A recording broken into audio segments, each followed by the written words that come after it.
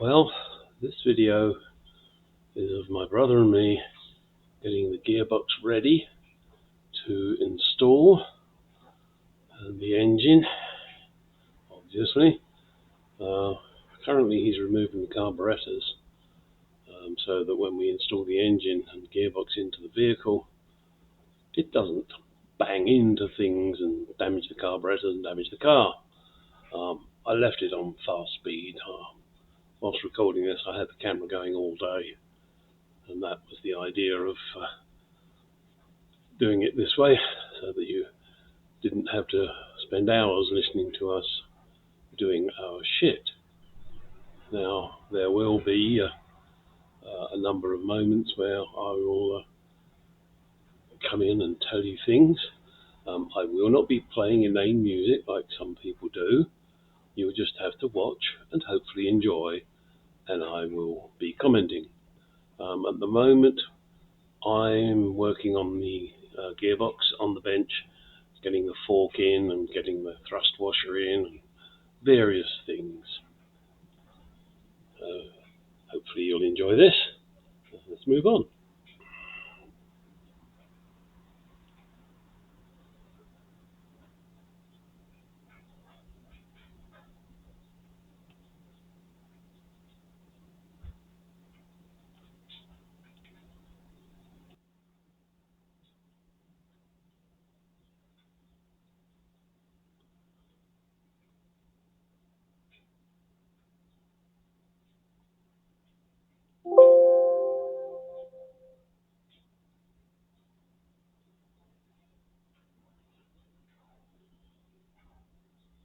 Now, at this point I was having a bit of an issue and needed a second opinion. And that's always handy when you have another person around to give their ideas. They may see something you don't, and that is always a huge plus. You can stand there staring at the damn thing for hours and still not figure out what the hell's going on.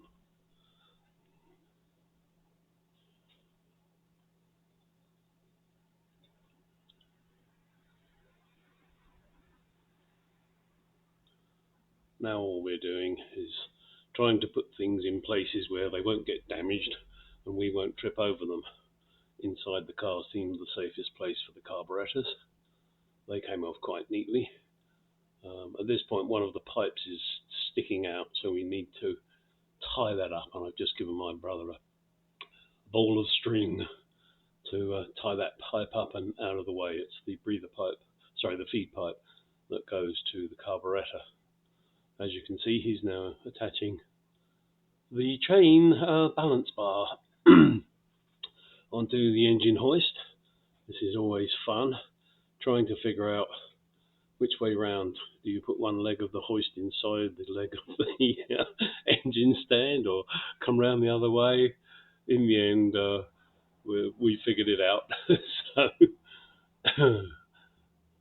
that's the joys. There, he did have the chains, I think, a little too long, but we made that adjustment later.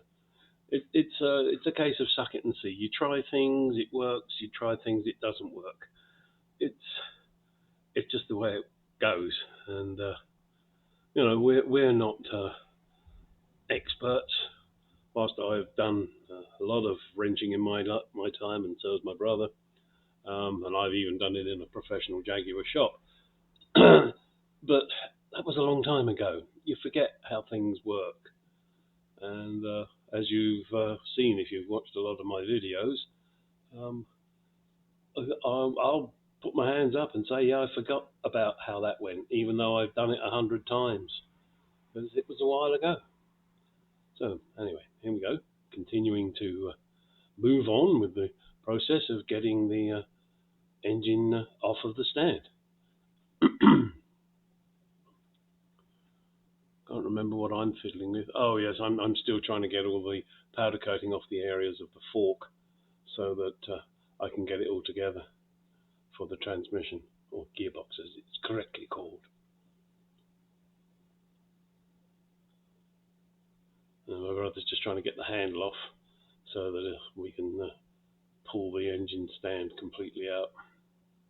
As you can see, he succeeds.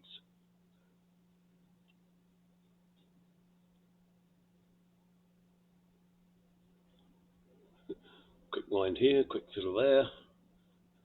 It's like an old Chaplin movie, isn't it?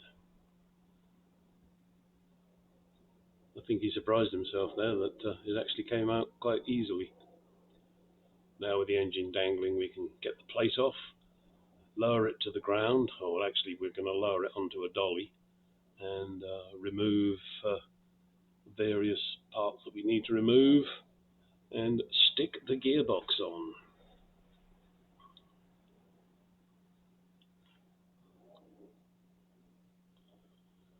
And as always, guys, when you're doing this, be prepared that that may drop. Whilst it would be bloody annoying and smash the thing to pieces, get your feet out of the way.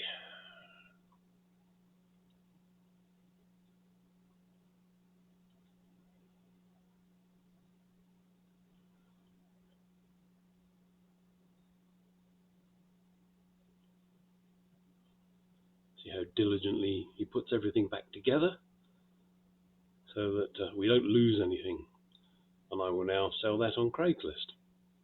I really do not have use for an engine stand anymore.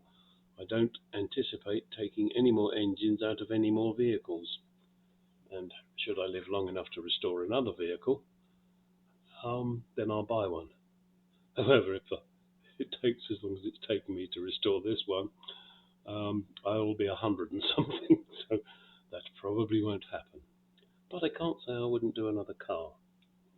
I might do something smaller and easier, like an MGB or something like that. But I'd hopefully find one with perhaps with a good body, something along those lines, so that I don't have quite so much to do.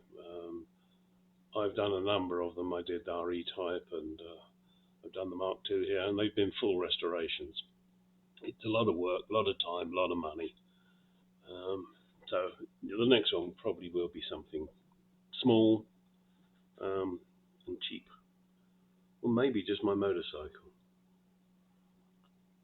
Now I do have a Corvette C4 I could do, but I think I'm just going to make that look pretty, and then I'm going to turn around and sell it, as I've mentioned in a number of my videos.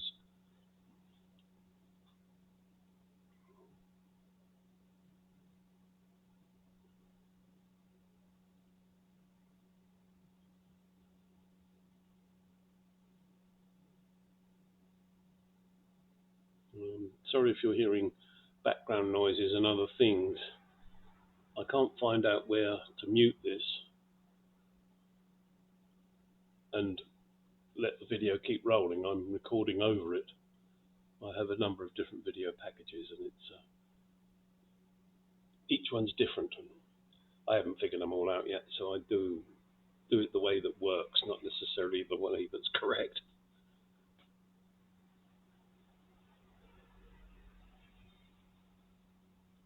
Here my brother is scraping off the back of the engine where, when I was painting it, some paint got on places that I couldn't get to with the engine on the engine stand. So we're just cleaning that up now so that the gearbox mates flat.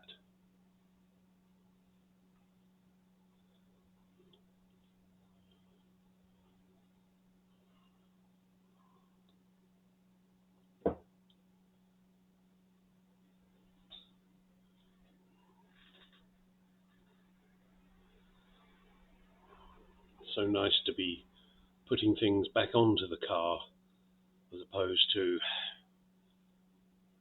taking them out, cleaning them, polishing them, and putting them back in the box that I got them from. Now I can actually take things out of the boxes in my storage area, fit them to the car.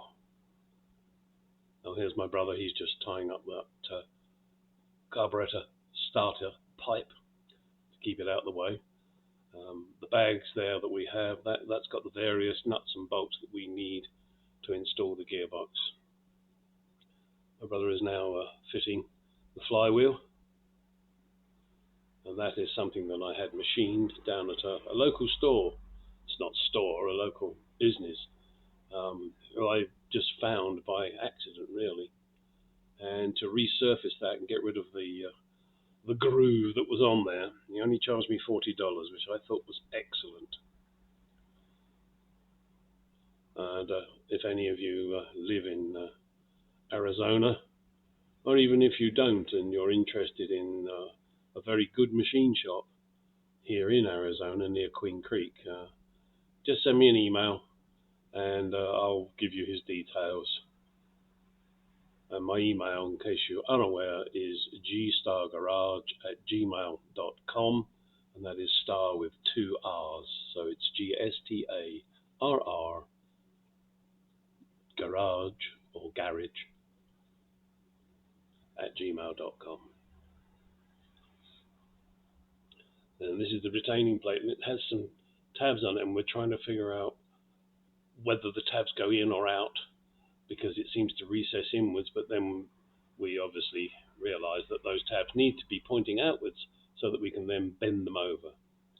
Oh, at this point, the 2 little pins that locate the flywheel were sticking out too far, so we had to persuade them back to their natural position.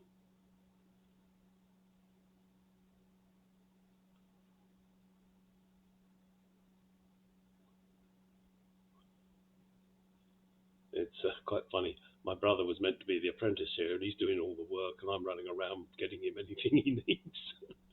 But then again, it is my garage, and I know where everything is. Well, where most things are, except for the things I put down and can't find because I just put them down somewhere. And that happens a lot. Now, I do have a number of other videos I'm going to be creating about this particular item, the gearbox and transmission installation. And they will be coming out over the next few days. The process of doing these videos takes a rather long time, so I guess that'll be good for you all. Lots of exciting things to look forward to over the next few days. They'll all be in a similar format to this. In other words, you won't hear the audio of what was actually going on, but you'll have my dulcet tones, and I promise I won't sing. Not quite sure what we're searching for here. No, we weren't searching. It was trying to get this damn fork and thrust bearing lined up,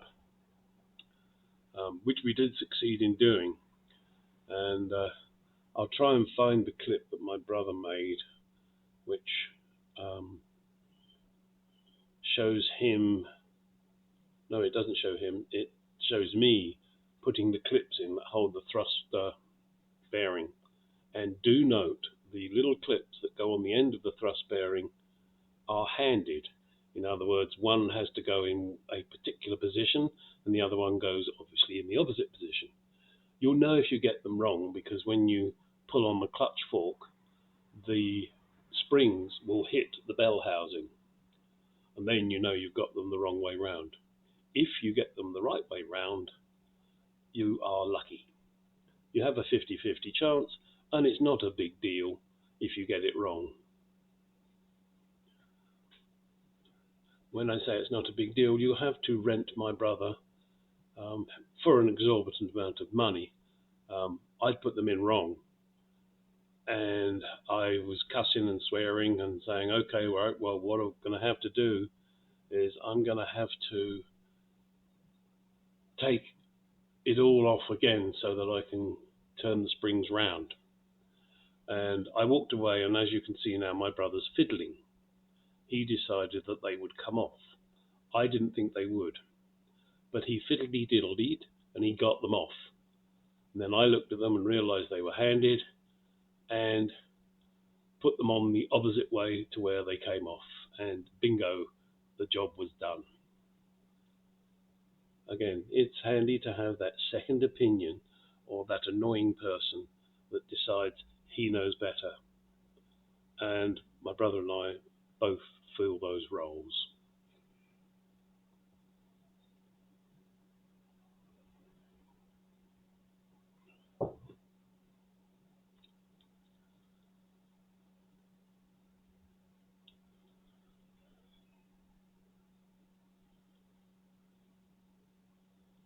And on this particular day, we were dying to get the two things mated together, because the next day we were off to California to place orders for the interiors for both our vehicles. I say both our vehicles. I do have a half share in the E-Type that my brother has at his house, and then the Mark II is mine.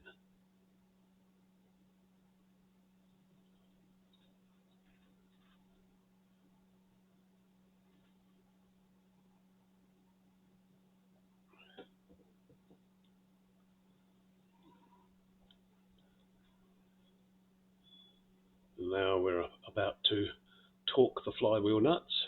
I believe it was 67 foot-pounds, if I am correct. And not only was there a locking tab, but we also put Loctite on the bolts. I'm holding one end, and obviously my brother is torquing up the other, and he's doing it in a crisscross pattern, which is the correct way to do it.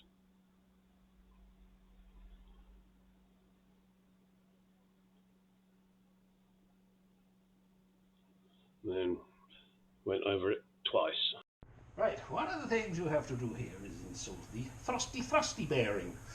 And there's a rod that goes through it here, and you get to it through a little hole here. So don't forget that. Also, don't forget these little springy clip pieces. They've got a little notch on the back that has to line up correctly.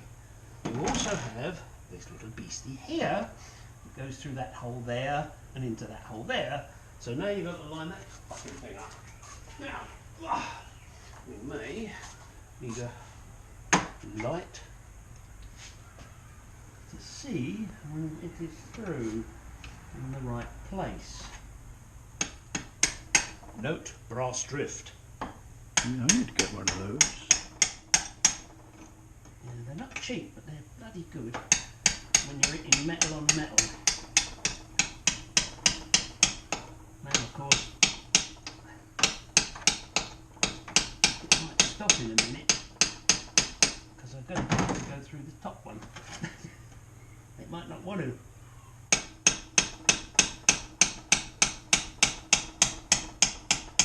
If you're seeing the back of my head, I'm sorry. It's the only one I've got. There's not a hole in sight. Not yet.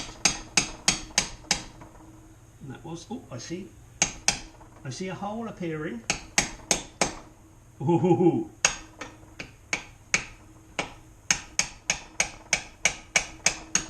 And this is the tricky bit.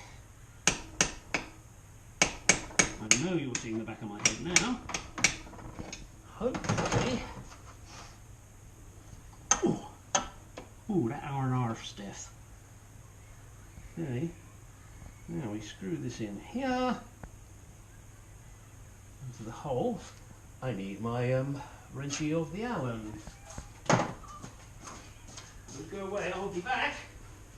I promise. And we have to find the correct size. You may or may not wish to know the correct size. It's that one. It is 1/8.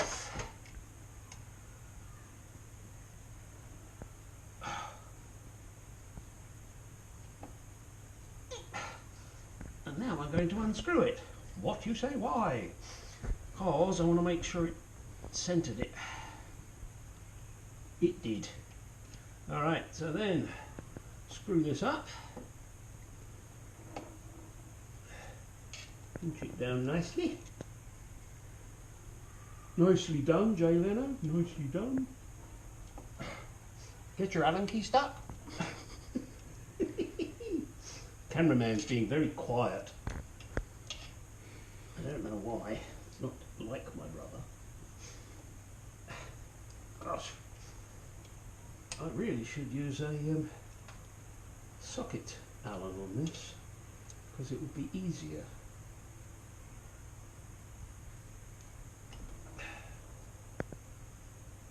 Of course, if I put the key in this way first, it would also be easier, I think. Okay, that's it. Spin that up, tighten it, And we are done. Oh, that, ooh, R&R forward. Thank God it's hydraulically driven. Ooh, oh, those pins are catching there on the bell housing. Bugger. See it? Yeah. If you hammered them all the way in, would it? Or put, Yeah, it would still.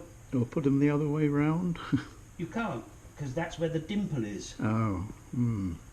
So I guess you just have to live with that, or maybe it doesn't ever go back that far.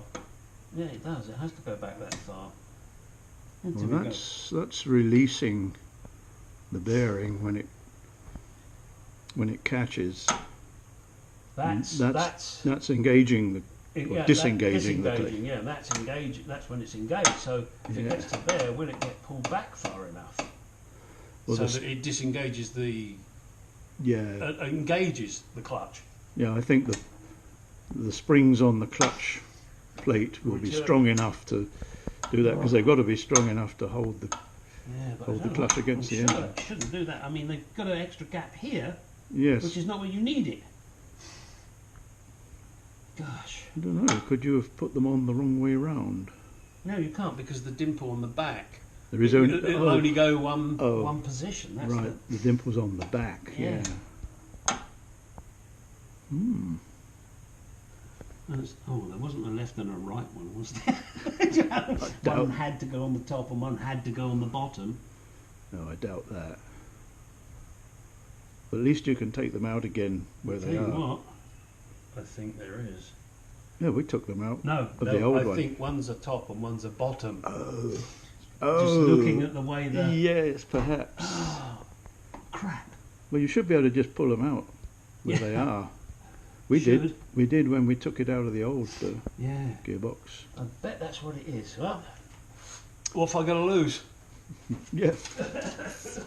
I certainly don't want to put it in and then discover that's what I should have done. Oh, yeah. It's best to discover this shit now.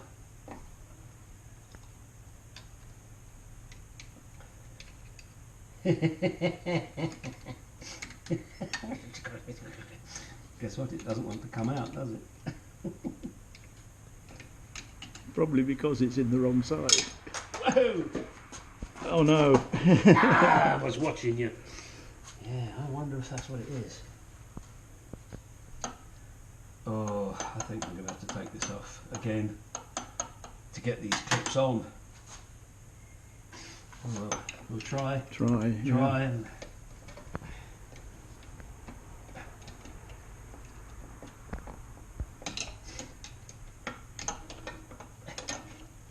right, so that was the one that was on the top. That's the top in my right hand. They're handed. Don't forget which one is which. That's the top. That is the one that was in the top. Yes. But look, they're handed. Oh yes. So now this one has to go in the top. I need my special little tool again. You are in the top. You're in my bottom.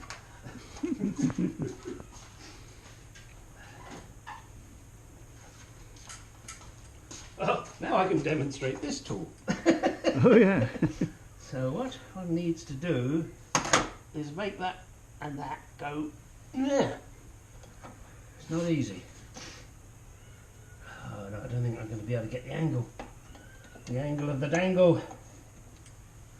Oh, bottom. Top. Ooh, ah! Now, of course, that all wants to come out now, doesn't it?